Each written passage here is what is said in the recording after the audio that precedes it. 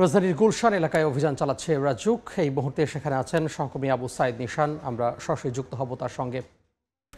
ভবনের অনুমতি নিয়ে বাণিজ্যিক কার্যক্রম পরিচালনা করায় গুলশানের বেশ কিছু ভবনে কিন্তু মোবাইল কোর্ট পরিচালনা করছে রাজুক এবং রাজুকের নির্বাহী ম্যাজিস্ট্রেট বেলায়েত হোসেনের নেতৃত্বাধীন একটি টিম তারা কিন্তু এখন গুলশানের 113 নম্বর রোডের 23/B বাসাতে অভিযান পরিচালনা করেছে এবং এখানে কিন্তু আমরা দেখতে পেয়েছিলাম কিছুক্ষণ আগেই যে রেস্টুরেন্টটি রয়েছিল এবং যেখানে ওইটি সিলগালা করে দেওয়া হয়েছে ইতোমধ্যে এবং যেই পাঁচতলা ভবন, এই পাঁচতলা ভবনটি আসলে পুরোটাই আবাসিক ভবন ছিল, সেটির পুরো ভবনটাকে আসলে বাণিজ্যিক কার্যক্রম পরিচালনা করা হচ্ছে বলে আমরা জানতে পেরেছি এবং সেই জায়গা থেকে কিন্তু তারা আমাদেরকে জানিয়েছেন এই পুরো ভবনটি তারা সিলগালা করে দিবে এবং এই পুরো ভবনে যে কয়টি ফ্লোর রয়েছে সবগুলো ফ্লোরেই কিন্তু আসলে বাণিজ্যিক কার্যক্রমের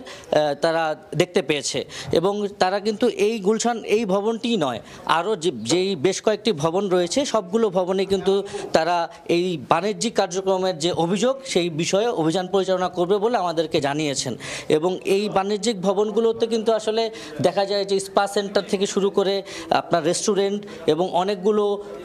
যে ফ্লোর রয়েছে সেই ফ্লোরগুলোতে কিন্তু তারা এই বাণিজ্যিকভাবে কার্যক্রম পরিচালনা করার অভিযোগ আমাদেরকে জানিয়েছিলেন এবং এখানকার যে মালিক পক্ষ তাদেরকে কিন্তু এখন পর্যন্ত তারা কোনো ট্রেস করতে পারেনি এবং এই ভবনটি যারা ভাড়া নিয়েছে তারা আমাদেরকে জানিয়েছেন যে তারা আসলে এটিতে যে বাণিজ্যিক ভবনের যে অনুমোদন নেই সেটি কিন্তু তারা জানতো না এবং আমরা এই ভবনটাতে যেটা দেখতে পেরেছি যে এখানে কিন্তু বেশ কিছু মানুষ